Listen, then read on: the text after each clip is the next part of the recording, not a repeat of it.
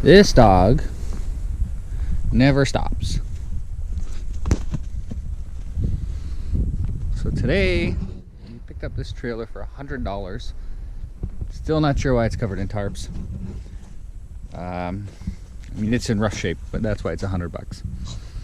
Just the tongue, the stand, and the hub and wheels would cost more than $100. So I'm not really that upset. Frame underneath is in pretty rough shape, and only one of the blinkers works. So we've got some work to do.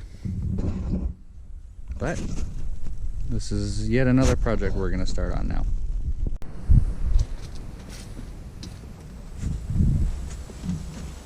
Good done.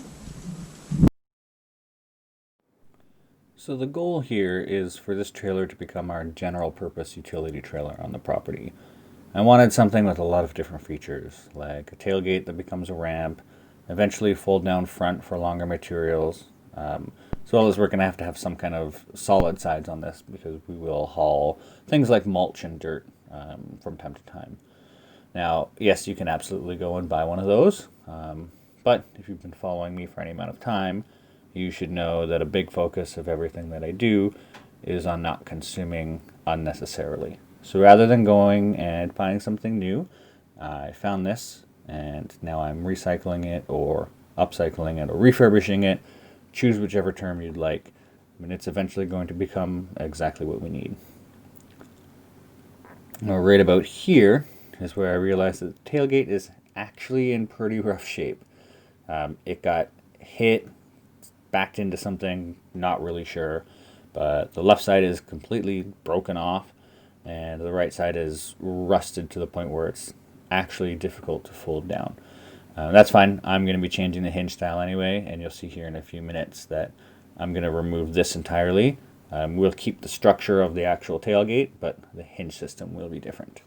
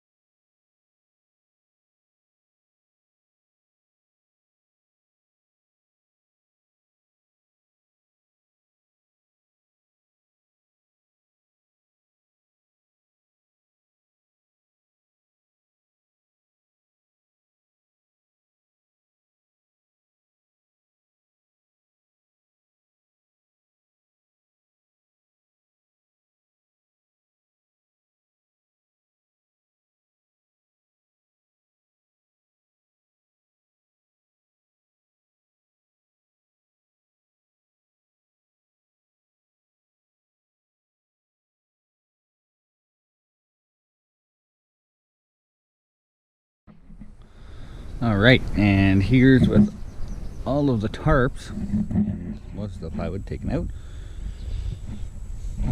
I saw this before I actually even took it. This is why it was $100. If you see, a bunch of these supports are, well, that one's not connected on either side. It's only connected by the cross bracing and by the piece of the original flooring that was there. So next, we're gonna cut this. I don't understand. Like, this guy does or did landscaping. I guess maybe this is for if he has trees. I don't know why he's got this weird lifting lid on his trailer. So that's gonna come off, and the sides are gonna get cut down. Somewhere around here. I think in the neighborhood of 18 inches. Maybe 2 feet. I haven't decided exactly yet, but I think 18 inches is probably good. And then this frame will be used as a top rail, and then it will get a floor. Obviously it's going to need some new supports across here, so I'm hoping that I can use a bunch of this metal to do that, but we'll see once we get into it. So as you can see here, I've already taken off that weird lifting roof gate piece, whatever that was. I've almost finished taking off the top frame here. I ended up going 2 feet high on the sides, so I cut everything off all the way around, just above that thin strip that you can see that's about halfway up the side. The original plan was, with this piece that I'm cutting off, was to reuse it as the top frame rail or the top edge of the sides. However, as I started taking this apart, I noticed that the bottom frame rails and the cross members were in much rougher shape than I originally thought. So most of this is going to go into rebuilding those and kind of rebuilding the structural integrity of those components of the trailer, mostly along the back kind of third or so. That'll all be in part 2. Basically, you'll get to see me relearn how to weld because it's been quite a while since I've done any of that.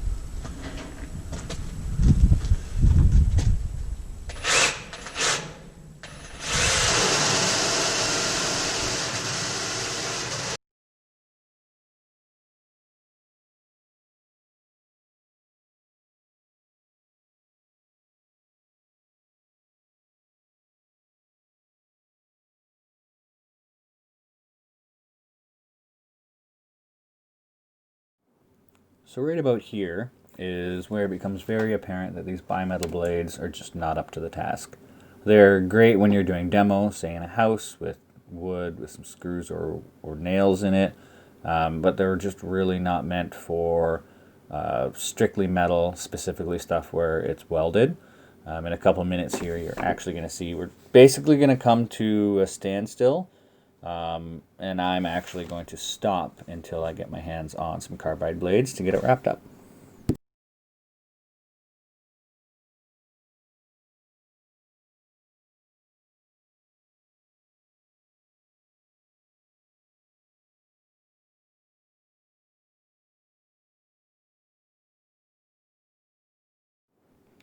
Well, my battery died again, but here's the finished product of part 1.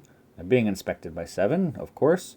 So hit that subscribe button and follow along as we continue this project and all the other ones we've got planned or have already started.